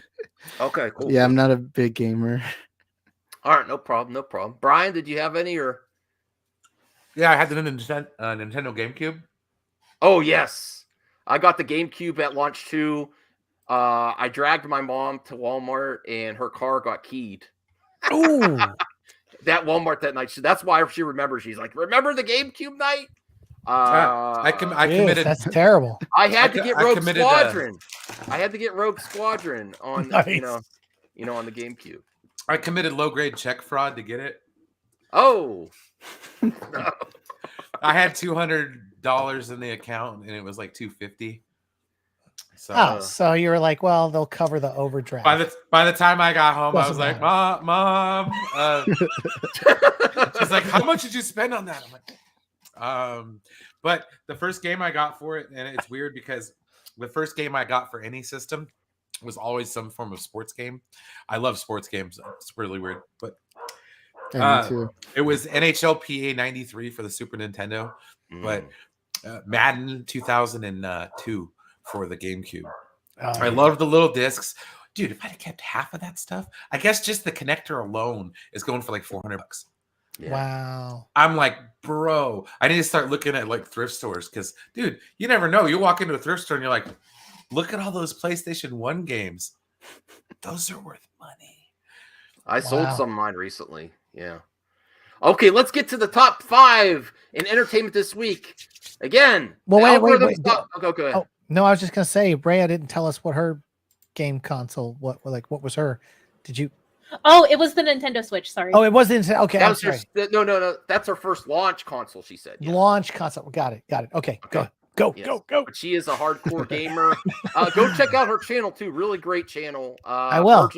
Burgeoning YouTuber, streamer, lots of video game content. So what we do here is we really try to find the top 5. And fortunately, since I've started the series, we're only on episode 5 of this specific show, Shaun. I've done my other show on my channel, but we're only on episode 5 where we really try to only focus on the positive because it's out there. And you know what? It's not as hard as you think. We've been finding really good stories. And usually we have more of a debate on the number 1 story of the week. But I think it's a slam dunk on this one. Does everyone know where I'm going with this? The top story of this week. Do you think we're going to agree on a consensus of this? Does anyone know where I'm going? Probably. We'll probably all agree on where exactly we're. Yeah, it's got to be the announcements. Discovery Warner Brothers merger, and that they want to overhaul the DC universe. Yes. I think we listen. If you're a DC fan, if you're a Warner Brothers fan, it's been a struggle, regardless of which side you are on. If you like the Snyderverse, if you don't, it's been all over the place. They've been throwing things at the wall. It's very refreshing to not the aggressive isn't the word, but Zaslav's coming in, and he's these articles too, these trades, they present things like the companies want them to do this. Most likely, Zaslav wants them to throw out these articles that says this is what we want to do. We want DC Studios to be its own thing. We want a vertical. And then something out that was really great in there is you're underutilizing Superman. I was like, wow, maybe they do listen. I don't know. Or someone noticed something. That was regardless of where you are on DC. I think most people agree, if you're DC fans, that it needs overhauled and something needs to be done. And it's refreshing to hear that. Now, if they execute it, I don't know. Well, keep in mind, Zaslav's age. Mm-hmm. He would have been like us during Christopher Reeve's reign as Superman. Okay, so that's his corn gold feeling love. He probably has a love for Superman from that generation. Because Richard Donner just passed away. And what was he, 90? Yeah, it was 90 or so. Yeah. Yeah, and so you have to think about if Donner was 90 and he was 20 years younger, or 25 years younger, then he's at the age that would have been the target audience. And so I think that there's this love for Superman, and I don't get how Superman got off track, other than a couple of bad decisions. But I was going to ask you real quick. Superman. Yeah, I was going to ask you real quick. As someone who's worked in the industry, has there been talk about David Zaslav at all, before this merger even was a thing? Because I know he worked in the realm of Discovery and more so the reality documentary and stuff. The only thing I could say is we knew there was trouble. I was working on Swamp Thing, which was Warner Brothers. Yeah. I was working on the second unit. My wife was a producer's assistant on the entire first season. It was originally supposed to be 14 episodes. They cut it down to 10 in the literally everybody was freaking out. There were people that bought brand new F-150s because they were like, "Oh, by the end of the show, I'll have it paid off." Crew members. Swamp Thing was going to be a big thing for that DC Universe streaming service. They had told everybody it had a 5-season arc. It was going to go for 5 years. And that's when the DC Cinematic Universe started, the app where they started throwing content on it. And they started like Titans, Doom Patrol, Doom Patrol, all this stuff. And then they had this. They had a development deal with J.J. Abrams, and it was $500 million development deal with Warner Brothers. And they started pulling back the reins. And what was happening was HBO Max was launching, and they were gonna what they weren't telling people, which we found out on set through the grapevine, is when they launched that platform, they literally only had 140,000 subscribers, and they were cranking out Doom Patrol, Titans. Swamp Thing was one of the most expensive television shows in the history of mankind. It was so expensive that the Creature suit had its own producer and its own division that was separate from the budgets of the episodes. That's how big that show was. They were hemorrhaging money. And they were trying to figure out, well, HBO Max is going to take over. So we need to just figure out how to dissolve this thing, put the brakes on it. That's when you started seeing they shifted Swamp Thing went on the CW network at 10 o'clock time slot. And they took Stargirl was supposed to be on the DC Cinematic and they app, switched that, and they switched that to CW. There was lots of just, oh my God, they were in panic control. And again, that shows to me that the leadership, they didn't have a good grasp on what they were trying to do, or they didn't realize that the DC universe was a small niche of hardcore people that really wanted to. That's what was always so confusing. Yeah, and that's what always was so confusing to me, where it's like you're launching a DC dedicated streaming service. This isn't necessarily a bad thing, but like leadership should know we have plans to do like a giant streaming service. Why don't you just like combine all those titles that you're making for that streaming service for that one instead, and not do something like that? It made total sense, but again, like there was just problems. You could see that they were trying to figure out how that. And you think it was really down to just like the bad leadership? You think I think it was bad leadership at that time. Yeah, and I think they're finally, going to be in a spot where they can get some good things. And I think a little bit of internal, I mean, obviously there's some credible evidence to what happened with Zack Snyder and Hamada and all that kind of stuff. There's some truth there.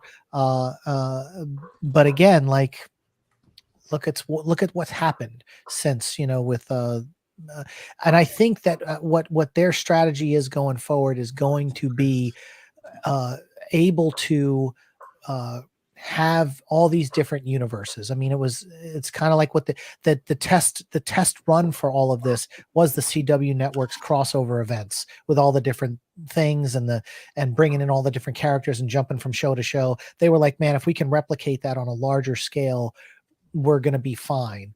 And I think that's where they were going, especially with the kind of the soft reboot with the Flash, with, are they going to kill Ben Affleck's Batman off? Are they not? And I think that Matt Reeves's universe can exist on its own, with the Penguin series. Because remember, Matt Reeves had said they were going to do an Arkham series. Then there was going to be this Gotham cop show, and then all of a sudden it was like, whoa. Wait, everybody back off. We're just doing a Penguin Mafia thing. Okay. It's because they saw the merger coming and they're hearing stuff. They're hearing stuff from this guy. This guy's telling me this, and there's the public no doesn't know it. That's the thing. There's no structure. That's another big thing too. Yeah, I mean, because I believe Matt Reeves signed a overall deal at Warner Media, if I'm not mistaken. Like he signed a creative deal with them. So absolutely. All right. Ray, Isaac, do you have anything to add about the top story? Do you agree that this is the most relevant story in entertainment this week? That it deserves to be the number one spot for the top 5 to the Max show? Oh yeah, I agree. Okay. And how hype are you, Isaac? Because you're a DC fan, you love the Snyderverse, but is it refreshing hearing this stuff that their plans for DC Studios? Does this give you more confidence? Heck yeah, and especially with the whole Superman stuff, because I feel like Superman's been sidelined into me. He's he's one of the most iconic, not just comic book characters, but fictional characters of all time. You can go pop culture characters of all time. Just yeah, you can show almost anyone that logo, and they'll immediately know that's Superman. And the fact that we haven't had a solo standalone Superman movie since 2013, so it's about to be a decade. I really just hope we get him back on the big screen. Mm-hmm. Yeah, I think we will. And, I think I had mentioned this early on when we were kind of waiting to go live, is I honestly feel James Gunn is going to be the Kevin Feige of the DC universe. And that's really interesting you say that, because I don't feel like he wants to be put in that position, though. He likes just being the creative guy, the guy who just makes stuff. I wouldn't mind that. Nah, man, look, it's money. Look at what he did with Peacemaker. And I feel like, he probably, they weren't sure what they were doing with, I remember he shot scenes with Batman in the Affleck suit in the shadow in that last episode. He shot a guy in a Superman outfit and Wonder Woman. He had the Justice League there. Cyborg was supposed to be there. And then they told him, well, we're not sure yet, but because we've got Discovery, we don't know what we're doing. Let's hold off. We've got all these different projects in development. Let's hold off and pull them out of there because we don't know what we're doing. But now that it's like, okay, it's settled. And look, now we've got to focus on Superman. We need to make Superman. I think the thing that is frustrating about Superman in general is because they keep complaining like they can't figure out how to modernize him. And it's like, you don't have to modernize him. He can just be the character they've been writing all these years, which is just this inspirational, yeah. Well, that also baffled me too, because like the story of Superman is the story the story of immigrants. Like he's an immigrant. And if immigration is not like something that's like a story right now that's more relevant to our modern times, I don't know what is. I agree with that 100%. Well, I agree with that maybe this. I have another strong candidate for the top 5. This is gonna blow you away when I share this. There should be one story in this top 5. I think this is gonna be number 2. Morbius 2 announcement. No, wait till you no, they're not announcing no Morbius 2. Yeah. Share this. That is not number 2. That is not number 2. I'm sorry, we're positive here, but Susan Sarandon. Let me tell you something. One of the first movies I ever worked on, I think it was 12 years old. I was an extra on Bull Durham, and Susan Sarandon, man, boy, was I just goo-goo-eyed over her. I watched her the whole time I was on set. She's still fine. And she's still fine, man. You could put I want to see her.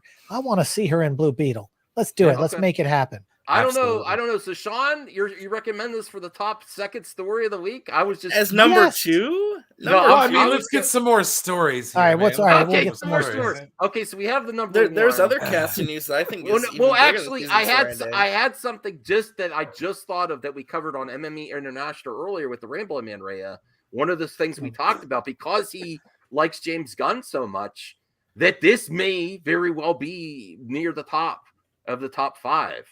Now that I'm thinking about it, because if Shaun is onto something here, let's share this article, because he shared something on the internet this week that would really get James Gunn fans hype. And I like James Gunn.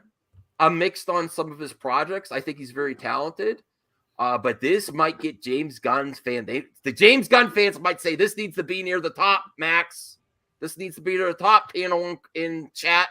So James Gunn, if you would share this, Brian, James Gunn addresses his future with Marvel after Guardians of the Galaxy 3. And the important thing, the reason why it may need to be there in the top, I don't even know if RJ knows about this, because they were asking, okay, so you previously said Guardians of the Galaxy 3, your work with Marvel is likely done.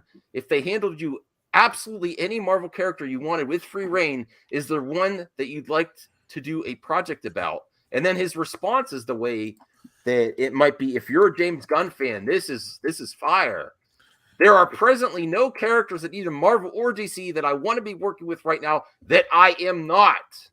And yes, I acknowledge the wording of this tweet is linguistic Olympics. So we know that WB is very happy with the Peacemaker. We know he's got multiple projects coming. he might be working on something right now that you don't know about, that he's already working with one of characters that you don't know about yet, that's down the pipeline. And I wanted to get your reaction to that, Shaun and RJ, because I know you're big Guns fans, and so is Brian. Isaac, and I think Rhea is a Gunn fan as well. Well, notice the wording of that. You have to really pay attention to the wording of that. There's no other character that I'm not currently working on that I'm not already interested in. Basically, they're letting him work on stuff right now anyway. That he's interested in. That's what that means. But he's also doing he's doing post-production on Guardians of the Galaxy 3. Yeah. So if you think about it, he's currently working on stuff characters that matter to him. But don't you think that could mean stuff we don't know about yet too? That he's already working on things. Yeah, probably. He's already been saying that there's like a second DCEU show he's working on coming or whatever. Listen, the Mouse House let him go and then got him back. Mm-hmm. If they want him to come back, they'll get him back, and there's no reason why he can't hop between studios, between projects. And you look at someone like J.J. Abrams with Bad Robot and all the multiple projects that he's got, streaming shows that you can look at what Spielberg does now. He executive produced so many projects now. It's kind of like James Gunn can do it too. If J.J. Abrams can do it, James Gunn can do it. Yeah, I mean, absolutely. He could bounce back and forth from both properties without a problem. Okay. Does anyone think this should be number 2 story of the week? Anyone that thinks it's really strong, his quote there about how much he's involved in DC in Marvel, and he's doing everything he wants to. He said that very easily. Like he said it cryptically. I don't know. Yeah, but he could be toying with the trolls. I don't know. Yeah. Does anyone think that should be number 2 in the spot? Anyone? Or Susan Sarandon? No, neither of them are number 2. There's a casting news that I'm shocked you haven't brought up yet from this week. Well, RJ, yes, this is how this goes. If you have something that we're missing, is this Fast and Furious? No, not even that. Well, that might actually be a big story. That actually probably is one of the big stories. No, I'm talking about Percy Jackson. Oh, yes. I'm shocked you didn't bring that up. Yeah, I was gonna bring that up. I was waiting because that was like trending big. It was a huge story. Huge. Like it like this is a big deal for Disney. It's also really big for Walter Scobell, who's just worked off the Adam Project, which is a great movie. I want to remind people on the panel, because there's some questions. I have a rough top 4 or 5, but this is supposed to be fun, where we challenge ourselves like a friendly debate, and we all agree on where it should go. So if you have any topics that I missed, video games, music, entertainment, please share them. I forgot about this, RJ, and it is very important. Yeah. No, I would say that this is a huge look. This kid is going places. Okay. And, to go from the Adam Project to now, Disney, he's in the Mouse House now. Forget it. And he's a good looking kid. He's nice. If you watch any of the behind the scenes too. Well, I mean, did he need a recommendation? The kid was amazing in that movie. No, of course. Who I would applaud? I'd applaud his agents, because I'll tell you what, the Percy Jackson was in development a long time. I have a funny feeling that they dumped somebody else that was already supposed to be the lead on that signed an NDA, and they brought this kid in after the Adam Project blew up. And I think years from now, we'll find out that somebody lost the role that was already given the role. That's what I think, because this kid is gold, and they were like, wait a minute, we're making a mistake. Ooh. And I think because when they announced, remember when Disney Plus announced they were doing Percy Jackson, it was big when they announced it. Yeah, it was big, and it was a while ago, before this movie even, and the Adam Project was this kid's first movie. Okay. Yeah. So Rhea has entered the competition with an amazing story. Man. I'm sorry, Shaun. I think that edges out Susan Sarandon for me. I'm sorry. Maybe she'll make the 5. The Godfather Trilogy finds a streaming home, and then also, where's the article? I have too many tabs up. That's a problem here. No, I see it. I see the Godfather Trilogy. I see it. It's up. Yeah, this one came out of left field, I'm sure. Like, it Oh, just look caught at that. my You got the radar. Marlon Brando headshot there. That's great. Nice. Yeah, I figured Isaac would appreciate this because I know he's into the Godfather I love films that. This is as my much as I am. Part 1 and And- 2 are in my top 10 favorite movies of all time. So this and is what I what's find exciting. interesting about this is that we'll get access to the 3 films in the trilogy, as well as the director's cut, the Godfather Coda, part 3, and it'll all pretty much be timed alongside the release of the miniseries about the production of the first film, like the article says. Yeah. So yeah, this is actually pretty relevant to what we were talking about, working in the film industry. And this miniseries is, centric around, the circumstances or the social climate of getting the first Godfather movie released, which I find really interesting personally because because organized crime actually did play a big part in, the story of how this movie, kind of entered into the or how they had to curate the story according to some of the demands that organized crime was kind of pushing onto them at the time. Good Paramount Plus. I have Paramount Plus. Oh yeah, because those are Paramount movies, 100%. No, that's great that there's going to be a they miniseries. are. What other great film, one of the epic film series, would you want to see a documentary of? This is up the top. Yeah, definitely. Yeah. The one that comes with the DVD set didn't do it justice. I'd love to see another one. And unfortunately, with the age of streaming, there's not been as many documentaries of behind the scenes stuff as when DVDs first came out. Yeah, it's not as prevalent as it was. It's great to see miniseries like this. And even though I'm not a big fan of The Last Jedi, I love that it came with a documentary with it. I really like that documentary. It also made me a little upset because I'm such a Mark Hamill fan. I agree, Chris. Great. Godfather Part 3 was decent. Yeah, I like it. Well, I'm gonna watch it again. Thank you, Rhea. I'm gonna watch it on my Paramount Plus. When you hear, Rhea, I think this is really good, and I think it also will expose the movies to a whole new generation of people because it's streaming. Because a lot of people don't have the physical media like the people that originally. Because remember, this was in a box set of VHS. It was and then DVD and then Blu-ray but people they haven't seen this, and I think it's definitely going to reach different generations, especially with the miniseries. And I'm interested in this. I love the Godfather films. The third one was but even Francis Ford Coppola said he did that film because he had a bad crop one year with his vineyard and he almost lost everything, and they offered him $20 million to make the movie, so he did it because and so it's did he dial it in? I don't know, but he even admits that he did it because he needed the money, or he would not have really touched the franchise again.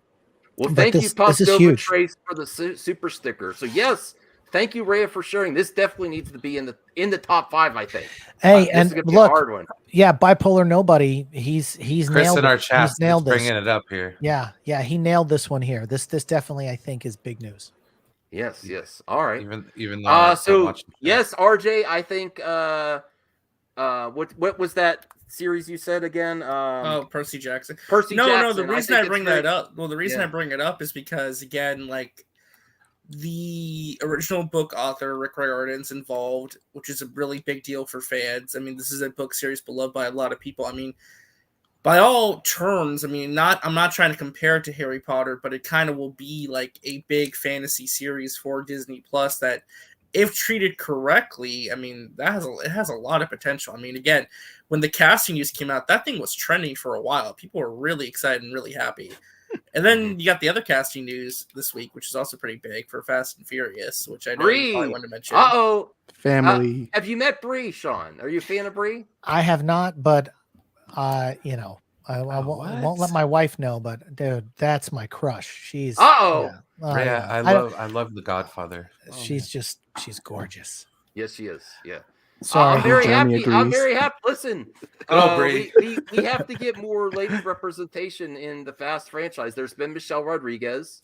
Charlize Theron. I think they've done a good job of Yeah. bringing in, but some of the women have been villains. It seems. Gal Gadot. Well, in the beginning of the series, if you go back, this Oh, yeah. series has gone so long. Most of the women in the series were dancing in between the cars at the very beginning of the Fast. Well, and Furious. no, I mean, like They I don't said, even like, race but anymore. It's very different. But they've done a environment good from job expanding the roles of women in the franchise. Again, Yeah. Michelle Rodriguez, Gina Carano, Gal Gadot. They've had like Charlize Theron. But the important question is, does this deserve to be in the top 5? Oh yeah, absolutely. I think it's huge. It's huge news for the franchise because if this is the last film, because they said that was it after 10, then anybody they bring in, and again, remember Dwayne kind of, poo-pooed coming back. So they needed to get some other excitement, which is sad. With the project. I wish Dwayne would come back. I think it's sad too. I will say my friend Nikki Griffin was in Fast and Furious Tokyo Drift. In the beginning scene when they did a drag race, she was the one, the kid from Home Improvement. Remember, he was like the punk that was drag racing with the other guy, and she came out and dropped the thing. Anyway, Nikki was in Tokyo Drift. She's a friend of mine. Oh, so, awesome. But I think this is big news. And remember, you got Vin Diesel is also in the Mouse House with Groot, even though he just says the one phrase over and over and over again. You've got Captain Marvel. You're starting to see where these franchises are pulling back and forth the talent because they know it's box office gold. Right. And Jason Momoa is the villain. Oh yeah. Yes. Are you kidding me? Jason, I mean, yeah. There's actually going to be 2 more movies. Oh man, I was they're going to be 2. They're doing... Yeah, it's going to be like a. Hey, I need a hot take, and y'all can say if this is not going to happen or not for whatever reason. I think Jason Momoa is going to be cast as King Triton in the live-action Little Mermaid movie. He would be such a good. Would be so cool. Yeah. Aquaman playing King Triton. Yes. Did they already cast King Triton? I mean, I thought I'm not sure. They did. It's Javier Bardem. Yeah, they wrapped the movie already. Gotcha. Okay. Yeah. Well, these I thought this was exciting. Brave New World, Star Trek back in these character images from the crew. Strange New Worlds. But I'm curious because they've cast Captain Kirk. And I'm like, well, are they only going to have Pike in this first season and then does he die or go away? And then they give Kirk. So for me, it's kind of like, they're not even going to go a couple of seasons. Anson Mount's one of the big names. I have another contender for this week. Oh my God! Oh no! It's more than 5. And I am going to have to do some convincing on this. All right, one gets bumped. It's probably going to be season 5 in Black Blue Beetle. She's got anyway. Oh no! Young Rock. This show. The reason it's this week, is because this is the episode. No spoilers. Rock's career. Even but this is where he starts wrestling. This is when he makes the decision to go into wrestling after football and other things he's done throughout the first season. Then now it is getting so good. All you have to know is in this episode, he says you're getting called up from Vince McMahon, and then you get to see wrestlers from the past, people playing those wrestlers. It's just so much fun. And this is one of the strongest actors, the third oldest Rock out of the series, out of the 3 younger ones. He does such a great job. And it's one of the Rock's best projects. Sorry. What's the news story related to it though? That's the next one. That this episode is like a pivotal episode for the series, and it's gotten like the first season is good. It's getting great. It's going to be. I feel that this series is going to be up the top of sitcoms, and it's a great combination of wrestling, comedy, family stuff, a different type of family that you're not used to seeing in sitcoms. And I think it's elevated to the next level these last few episodes. And that's why it makes it for me personally in this week is because this is the pivotal moment of the series. This is where it's going to the next level. I love this. And my wife, listen, if you want the proof in the pudding, it got my wife searching YouTube for the Rock matches, and she doesn't like wrestling. Wow. So I just found out Yeah, I just found out though there's 2 other big stories that happened like the last 24 hours, so that might knock this off the list too. Okay. I'd like to interject into this real quick though. That like I have not watched The Young Rock. Like lately, you met him. Well, I worked for months with Dwayne, and then they had me go clean out his $5 million mansion they rented for him while he was here on an island. They there's an island, an exclusive island off the coast called Figure 8 Island. They rented a mansion for him, and I will tell you one thing, and I can't. It's so I go into this mansion and I keep seeing pairs of white socks everywhere, white socks.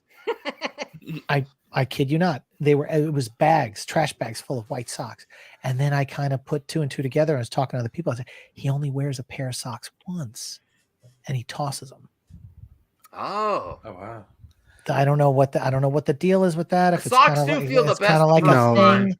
It's kind of like, I don't know. I can't prove it. It was really odd that they were. So when did you, Shaun? So that is when you set up the used rock socks on eBay. Never washed. No, so where can I purchase them? What the sock is telling? Do you know what the sock is?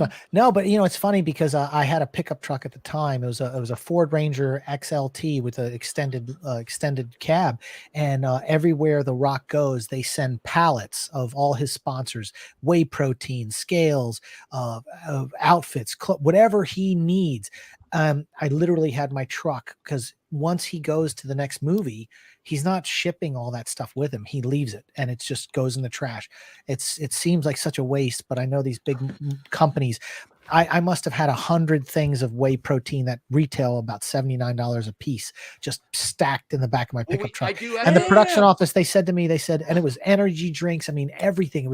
It was stacked. I had so much, and I brought it back to the production office and everyone picked through what they needed, but there weren't bodybuilders anywhere. So I ended up just, giving it away to everybody at the gym because I do have to give like a 15-minute warning. At 11, we're going to be lounge only. The party's going to continue. So the show's not stopping, but we have to wrap up the top 5 before 11 o'clock is the thing. Okay. Well, all right. So the next one here is Wonder Twin Powers. I'm just not excited about this. I can't believe you brought this. I'm very disappointed. No. I brought it up. Top 5 Wonder Twins. Wonder Twin Powers activate. Well, I think it's more the casting. Hold on though. The casting is why I brought it up because that's KJ Apa from Riverdale. I hate that show so much. Yeah, and that's supposed to help. No, the reason I brought that up, Riverdale, is because he's been in trying to get a DC role for a while. Actually, he said he really wanted to play Nightwing. So he got something. I'm sorry. This is a streaming. It's going to be a streaming show. Well, it's from the producer or the writer of Black Adam. I'm not for sure. He's making his directorial debut at this movie, so it's probably set in the DCEU. Probably. So maybe. I'm not excited about the Wonder Twins. I'm just not. Is this on your radar, Wonder Twins? I'm not. No, I wanted them to cast the twins from Scream 5. I don't know if y'all have seen that one, but I really liked their banter and their chemistry.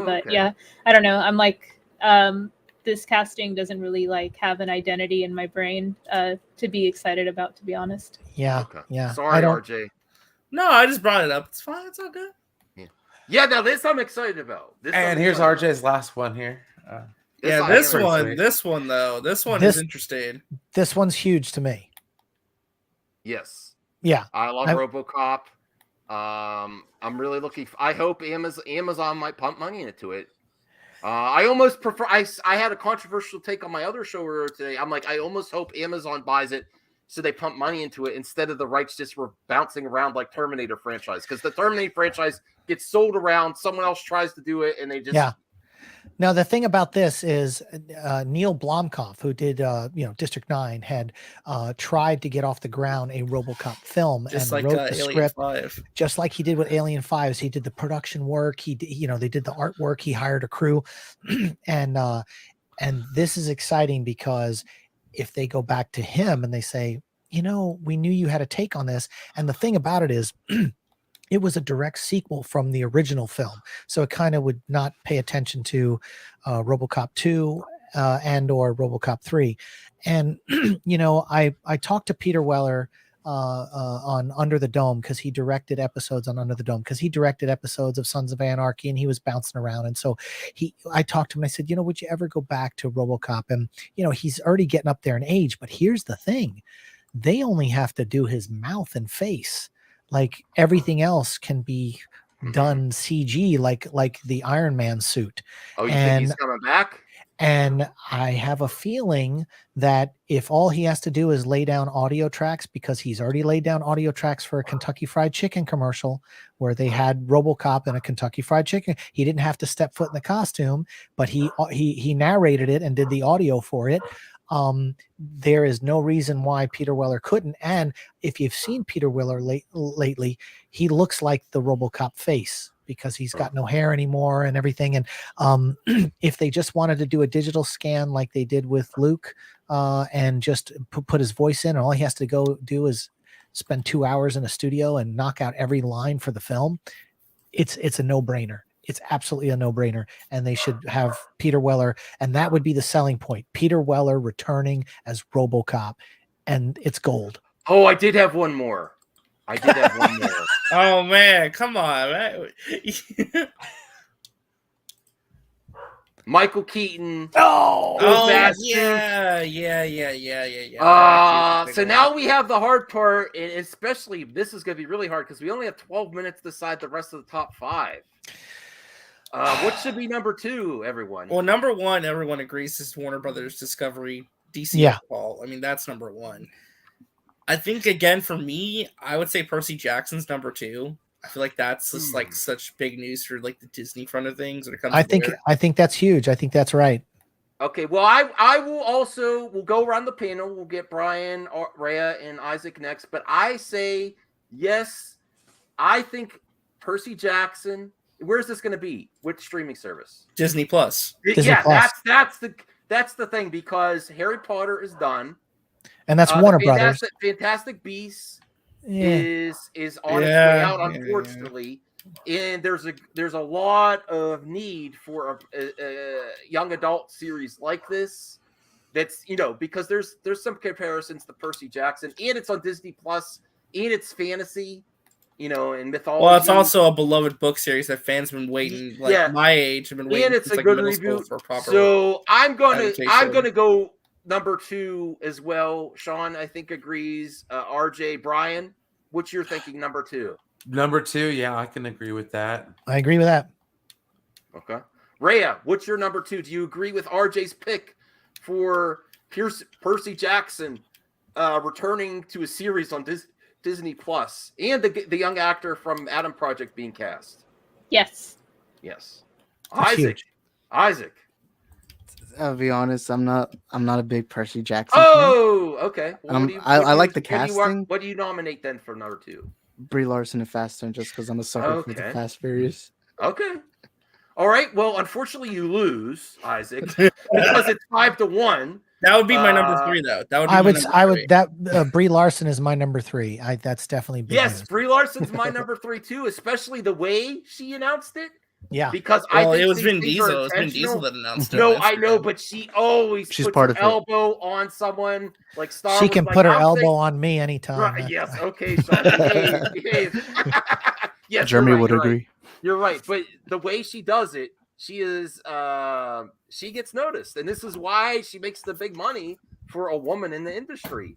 I think she has fought also for women's wages in the industry as well. She's also an Oscar winner, and I think people forget that. Yes, but she has been consistently pushing forward. That women in the industry also need to be paid as well as the men, which we're still not there. People still don't realize that it's still backwards sometimes. But they also still need more women on the shows, because I work on the shows and they're predominantly just males everywhere. Okay. And I've worked on a couple of shows that have had some good cinematographers that were female, but it's still, and same with African Americans. There's not enough African Americans on shows unless you're Tyler Perry, who will specifically hire lots of African Americans. Sometimes I'll be on a show with 200 crew members and there's only two African American crew members. And So we're not as progressed as No, as we absolutely be. not. Behind the scenes, we're not there yet. So I'm glad that Brie Larson pushes how she pushes. Awesome. So I think that's our number. That's our top 3. Are we agreeing with 3 should be Brie Larson and Fast 10? I'm cool with that. I agree with that. Because I also think it gets me more excited, like what they're going to do with Fast 10 besides going to space. Like, oh, Fast with Brie? Yeah, I want to see that. All right. So what's number 4? I nominate the Young Rock episode that got my wife to watch WWE matches on YouTube, and she is not interested. It's so much fun. It's a great series. I'm almost thinking like it could be like almost like in the level of like Wonder Years or something. I don't know. It's just really good. I love it. I love this series. Can't praise it enough. I love a good sitcom. It makes me feel good. And I think it's one of Rock's best projects, honestly, besides his movies. I'm looking forward to Black Adam. And he's able to be a version of himself. He's supposed to be himself in the future where he's going on a presidential run is the synopsis at the beginning. And he's giving his life story to a reporter. So it's I love it. And I just have nightmares of white socks. So I don't know. Okay. I would have kept the socks, Shaun. Honestly, listen, I haven't seen the show. So it's just when I work 78 hours a week, I don't get a chance to watch a lot of network TV. So I can't vote on I can't vote for it either because if you have a recommendation for number 4, then what were the other stories?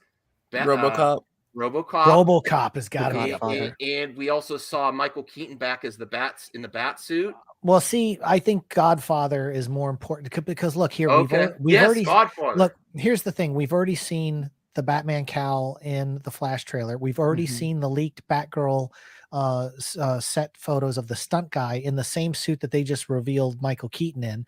And the thing about the photo they released, it looks like it was a display lobby card that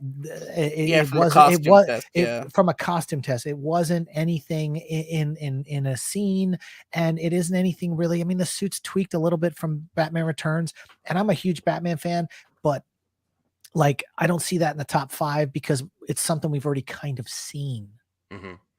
Okay, it's not a big reveal. Thank you, Ray. I'm thinking number 4 also should be the Godfather miniseries. Yeah.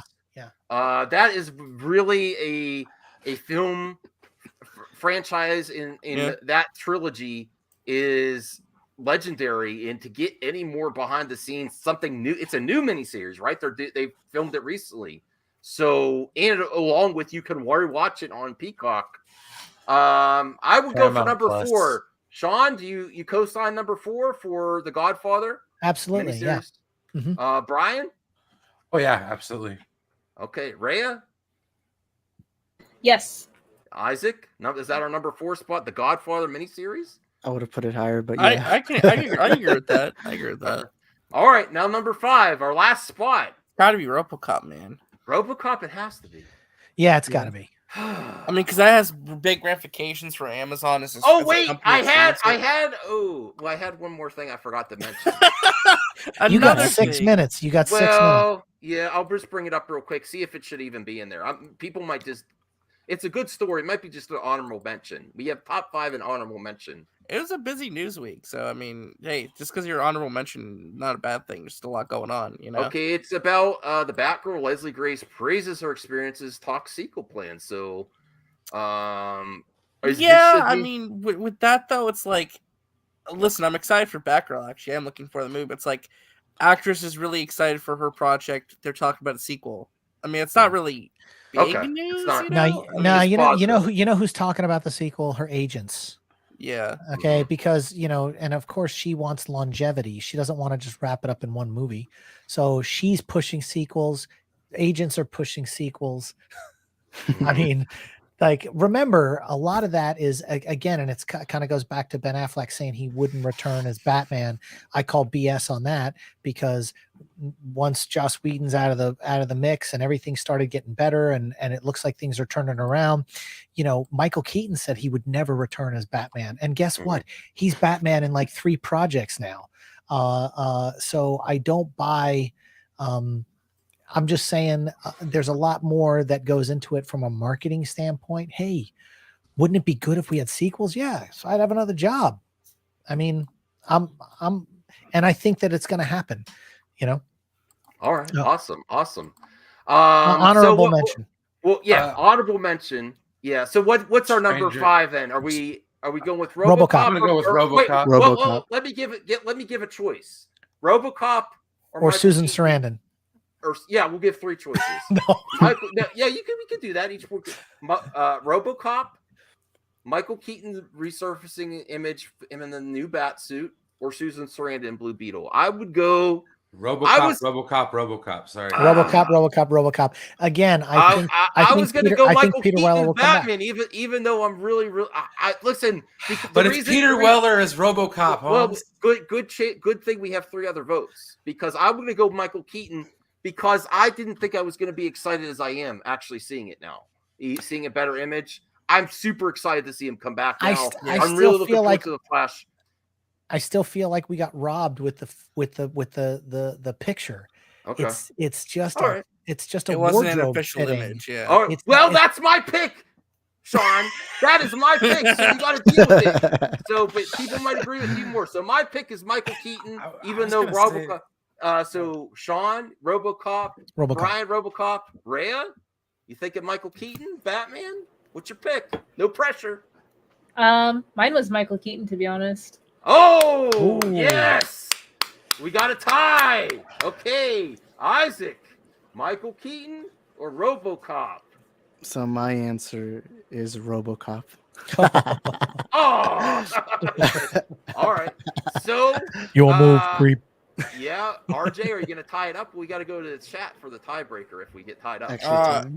No, man, it's RoboCop for me. Okay, RoboCop wins. That's fine. That means Michael Keaton's the honorable mention by default, so we're good there. Yeah. We got our top 5. Hang on. Just give me 1 second. I'm almost done. I've got this sweet thing I'm working on here. Just 10 seconds, y'all. Okay. Damn it. We got 3 minutes. I know. I think we're good for 3, right? Okay. Well, stall for time. Everyone get ready to go to the lounge for the after party, where we might have more guests, and we're going to have some fun and games, talking other movie news. We have 20 questions. I want to pick Shaun's brain about the Discovery thing. So like we should talk more about that actually. Yeah, we're gonna let loose on the lounge, relax, have some fun, and keep the party going. And I will send links out to more people if they can join. I think Justin Proper said he might come on at 11. So this is what we're trying here. So just tell me when I can end this stream on my channel, Brian. We have to make sure when we go over to the lounge that we support that show too.